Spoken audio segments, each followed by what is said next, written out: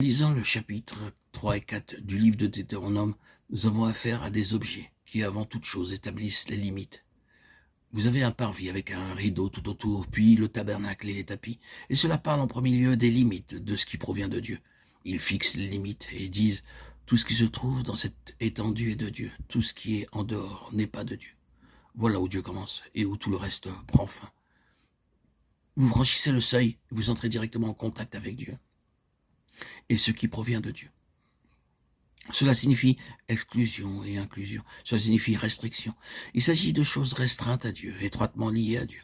Mais cela ne parle pas uniquement des limites et des limitations. Cela véhicule cette pensée plus profonde, la protection de tout ce qui a son origine en Dieu. En dehors du plan divin, si un homme s'approche et entre là, c'est la mort pour lui.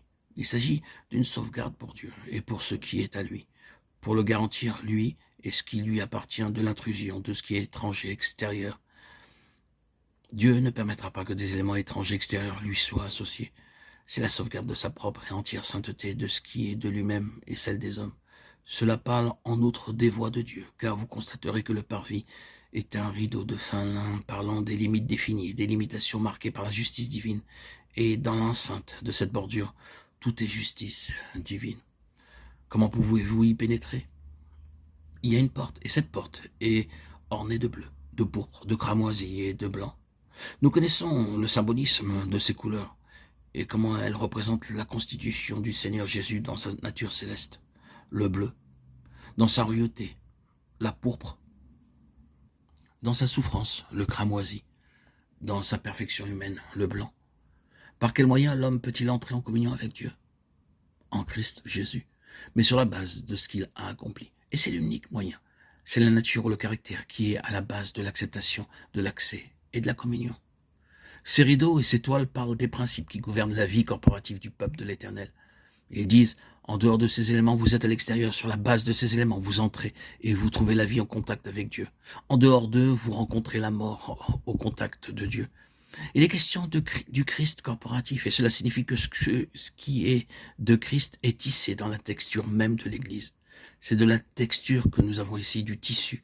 Ce n'est qu'en union avec le Seigneur Jésus, dans ce qu'il est, que des hommes peuvent connaître l'acceptation, la communion et la vie avec Dieu. Les détails rendront plus clair tout ceci. On doit seulement commencer avec certains d'entre eux. Prenez le tabernacle même, les tapis par exemple, qui sont au nombre de 10.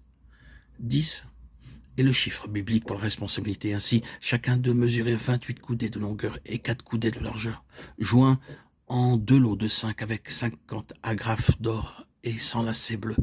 Chacun de ces points est un principe qui gouverne la vie corporative du peuple de l'Éternel. Tout ce que nous avons dit en référence avec ce qui est représenté par Gershom au chapitre 3 et 4 est confirmé par chaque détail.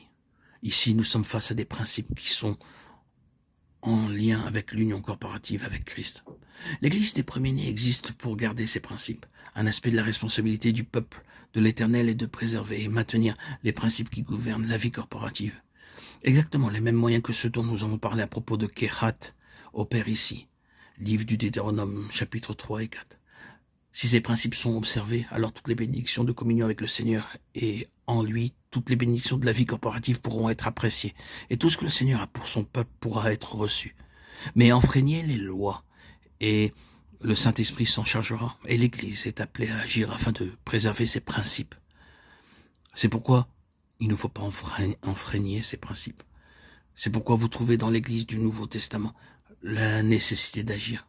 Paul exhorta les Corinthiens à agir à l'égard de certaines personnes qui transgressaient très grièvement la vérité du corps de Christ. Ils ont dû prendre leur responsabilité à ce sujet. L'Église est ici dans une place et une position de très grande responsabilité devant Dieu. Maintenir la puissance de la relation d'abord avec le Seigneur, puis de la relation dans le Seigneur. C'est-à-dire garder ses principes en vue, comme quelque chose sur lequel le Saint-Esprit travaille. Les préserver dans un témoignage pur. Ainsi, le Saint-Esprit agira en conséquence, dans les deux sens. Abondance de bénédiction pour celui qui obéit, mais châtiment pour celui qui se rebelle.